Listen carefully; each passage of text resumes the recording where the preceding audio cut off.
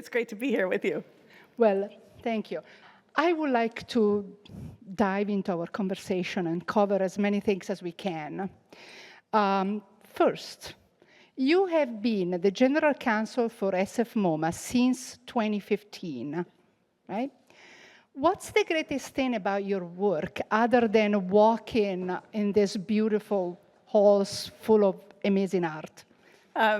Well, first, thank you, Delia, for having me here. And when you ask what the greatest thing is about being General Counsel for SFMOMA, it's not about what my experience is. It's about helping to deliver the great experience to all of you.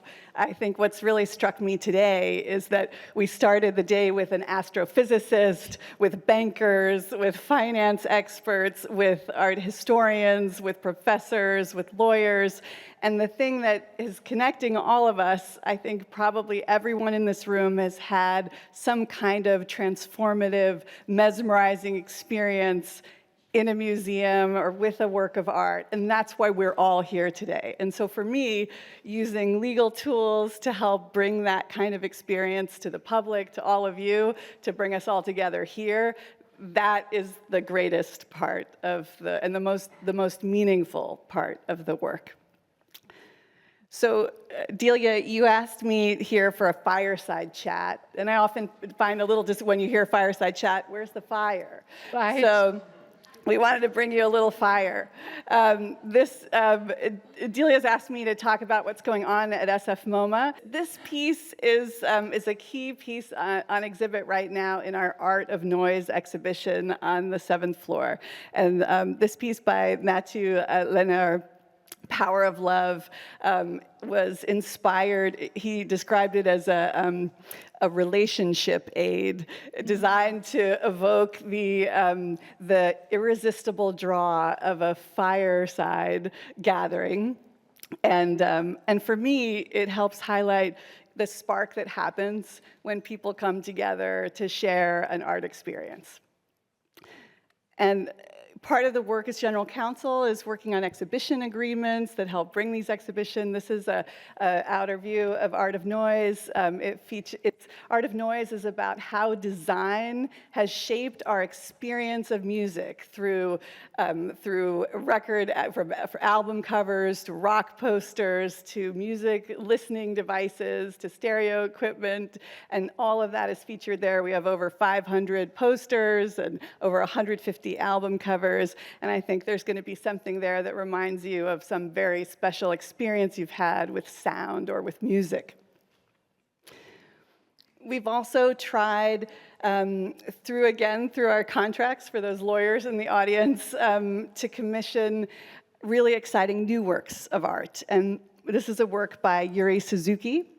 It's called Arborism, and it's a sound sculpture that brings together natural and urban sounds from San Francisco. And this is also part of the Art of Noise exhibition on the 2nd floor landing, and free and open to the public. Part of the mission of the museum has really been to try to create and Chris Bedford's vision as our director is to present a newer, a broader, more inclusive art history, and this is part of that. Yeah, that's wonderful. And this is on right now through the end of May? No, August, end of August. Okay. August 18th. Well, we have to rush and see this wonderful. I mean, I saw lots of also interesting posters there. For people that they love music, those are quite historic, I say. So now I'd like to shift to a different subject, inclusivity, which is really important for a lot of people, and also for museums, since in my mind, a museum is a mirror of our society. So what's going on out there is often reflected inside these walls, to some degree. So how has SFMOMA became more inclusive? I'm so glad you're asking about this, because this is, the idea of presenting a broader and more inclusive art history, a more inclusive set of art experiences is really, it's about everything we do and the art on our walls and what people can see. This is a work that was at the Venice Biennale. It's a work by Wu Sang called Of Whales.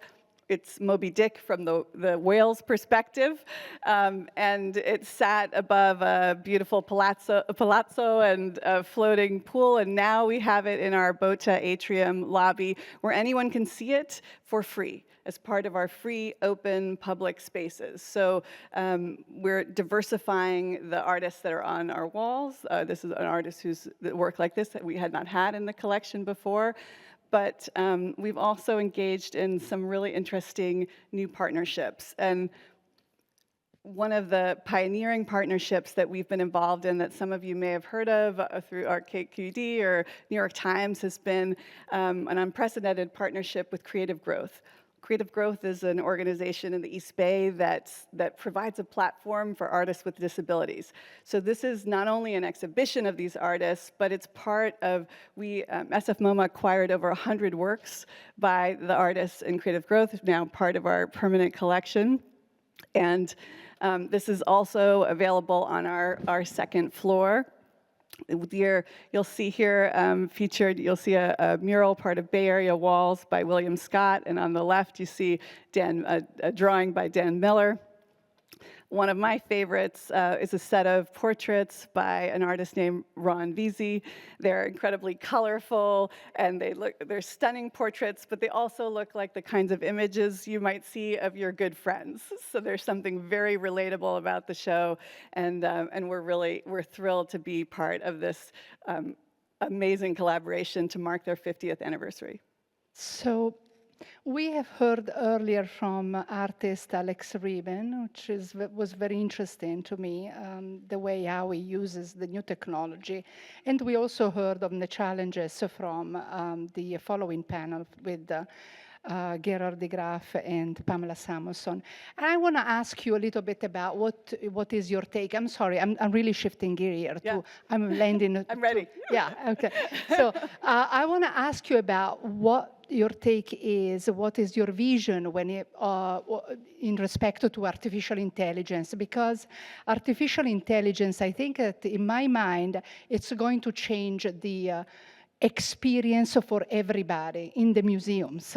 So I wanted to get a sense of your opinion as a general counsel, as somebody that sees firsthand what's happening inside this wall, and so. Well, I think you've done an incredible job today of bringing together speakers that have started to highlight the ways that the art world is changing already. I thought Alex's presentation to show what artists are doing. So when you're asking about what this means for museums, it's going to impact the works that we show. As we saw, that AI is an incredible tool, and it'll be exciting to see what this means for the artwork that we show.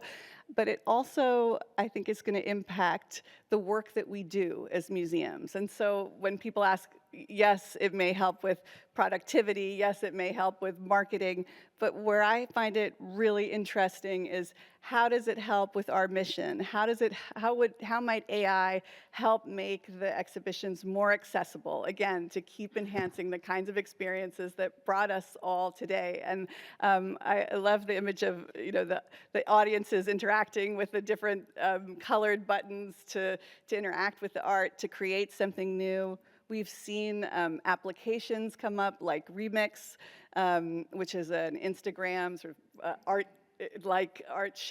AI art sharing platform that's opening up opportunities for people to participate in the creative process and to have a feeling of what it might be like to create new works. And in the museum, it might be a way to provide translations, to have art labels. We saw those today, but maybe labels or interaction where for all ages or for all different kinds of art history knowledge. So from experts to coming in new. So I'm hoping that it'll help us do our work rather than replace everyone everyone in their work. Here, this image, we put this together. There's Fabergé eggs and, of course, AI eggs in one basket. So the question is, how will AI fit into museums? Will it replace what we're doing? Will it enhance it? And I'm really starting to believe more and more that it's going to be a powerful tool to enhance the experience that we have. That's wonderful. I think that it will be a different experience in the short term, even, in my opinion, but we'll see. So we are almost out of time, Adine, and I would like to just ask you if you can share with all of us what's coming up at SFMOMA, or anything that you think that you like to, share at this time. Right. I would love to share a sneak peek of a work that we have from our upcoming Get in the Game exhibition. It's a work called Guernica. It's a work by Hank Willis Thomas. It's a parody or a commentary on Picasso's Guernica, but Get in the Game is an exhibition that brings together art and sports. And it's an entry way for people who have an interest in sports to see it in the art world, and artists that talk about different kinds of themes within the sports arena, pun intended. So I'm really hoping that you'll come and see this show. It's opening in the fall, and it just shows another way, again, to make artwork more accessible by creating new windows for a broader audience. And we're thrilled to have all of you here, and so glad that SFMOMA could be a place to host this conference for Berkeley. It's an honor to be part of this, and we hope you'll take a sneak peek into the galleries as part of your visit. Well, thank you, Adine.